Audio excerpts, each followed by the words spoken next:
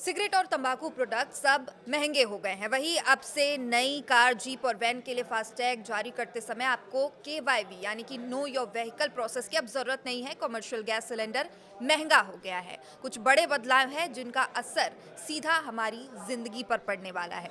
नमस्कार, मैं हूं आपके साथ सृष्टि शेखर पांडे। आप देख रहे हैं न्यूज़ 18 का डिजिटल प्लेटफॉर्म।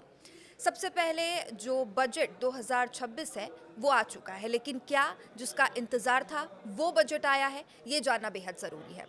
एविएशन फ्यूल की बात करें तो दाम घटने से यहाँ पर हवाई टिकट सस्ता होने के आसार दिखाई दे रहे हैं। फरवरी में हवाई यात्रा करने वालों को राहत मिलने की उम्मीद है और तेल कंपनियों ने एविएशन फ्यूल के दाम करीब 1,000 रुपये घटा दिए हैं। दिल्ली में फ्यूल के दाम 92,323 से घटकर 91,393 रुपये प्रति किलोमीटर हो गए हैं।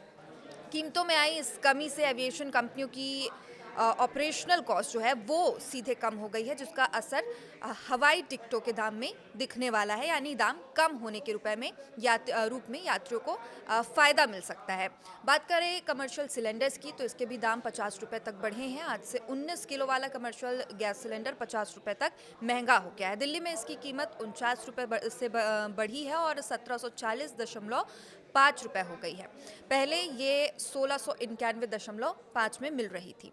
वहीं चेन्नई में ये अब 50 रुपये महंगा होकर 1899.5 रुपये में मिलने वाला है।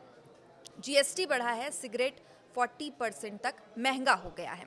अब 1 फरवरी से पान मसाला, खैनी और गुटखा जैसे तंबाकू उत्पादों में 40% का जीएसटी लगेगा। अभी तक इन पर 28% का जीएसटी लगता था और इसके साथ ही कंपनसेशन सेस लगता था और इससे कुल टैक्स 50% से ज़्यादा हो जाता था। सिगरेट पर उसकी लंबाई के आधार पर नई एक्साइज ड्यूटी भी लागू हो गई है और 2.5 से लेकर 8.5 रुपये प्रति स्टिक तक ये एक्साइज ड्यूटी लग सकती है। और इसके अलावा तंबाकू उत्पादों की तरह सिगरेट पर भी 40% जीएसटी लगेगी। हालांकि बीड़ी पर राहत देते हुए जीएसटी का 18% से कर दिया गया। एक्साइज ड्यूटी मैन्युफैक्चरिंग कॉस्ट में ये जुड़ती है और जब सिगरेट फैक्ट्री से निकलती है तो उस पर एक्साइज लग चुका होता है। इसके बाद जब उस पर जीएसटी लगाया जाता है तो वो बढ़ी हुई कीमत जिसे एक्साइज में शामिल किया गया है, इसे वो लगता है। इससे टैक्स पर टैक्स की स्थिति बनती है और फाइनल जो एमआरपी है उसमें असर दिखता है, यानी एमआरपी बढ़ जाती है। इस बदलाव से रिटेल मार्केट में सिगरेट और तंबाकू उत्पादों की कीमत में 15% से 40% तक का उछाल आ सकता है और सरकार का ये कदम सरकारी खजाने को भरने की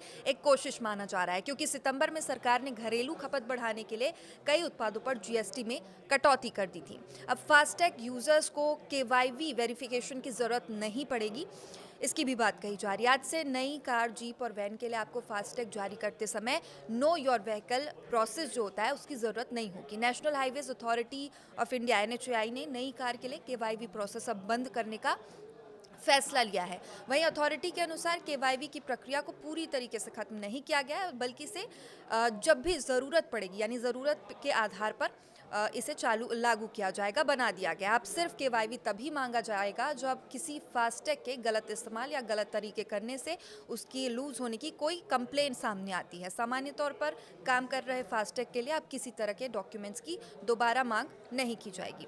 और वहीं रिजर्व बैंक ऑफ इंडिया यानी आरबीआई की मॉनिटरिंग पॉलिसी कमेटी की मीटिंग 4 से 6 फरवरी तक चलेगी और ये वित्त वर्ष 2025-26 की आखिरी मीटिंग मानी जा रही है और उम्मीद है कि इस मीटिंग में आरबीआई ब्याज दर को घटाकर 5% तक कर सकती है। अगर ऐसा होता है तो लोन सस्ते हो सकते हैं और आपकी ईएमआई भी घट सकती है। तो एक ये फायदा दिखाई दे रहा है। संपत्ति बेचने खरीदने के आधार पर ऑथेंटिकेशन बेहद ज़रूरी हो गया है। उत्तर प्रदेश और कर्नाटक सरकार ने 1 फरवरी 2026 से संपत्ति की रजिस्ट्री के लिए आधार अनिवार्य कर दिया है और अब रजिस्ट्री के वक्त खरीदार, विक्रेता, गवाहों को सब रजिस्ट्रार ऑफिस में मौजूद बायोमेट्रिक मशीन पर अपनी पहचान यानी कि फिंगरप्रिंट्स या फिर फेस वेरिफिकेशन कराना ज़रूरी होगा और उसका मुख्य उद्देश्य है ज़मीन की खरीद बिक्री में होने वाले फर्जीवाड़े और बेनामी संपत्तियों पर लगाम लगाना।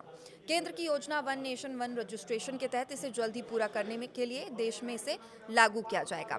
हालांकि एक बड़ा वर्ग जो मध्यम वर्ग से आता है उसे टैक्स स्लैब में राहत की उम्मीद थी, लेकिन टैक्स स्लैब में कोई बदलाव नहीं है, जस के तस है। और आपसे भी हम जानना चाहेंगे कि आपको इस बजट में क्या उम्मीदें थी, क्या छूट गया है। कमेंट सेक्शन में अपने व्यूज़ ज़रूर रखिए।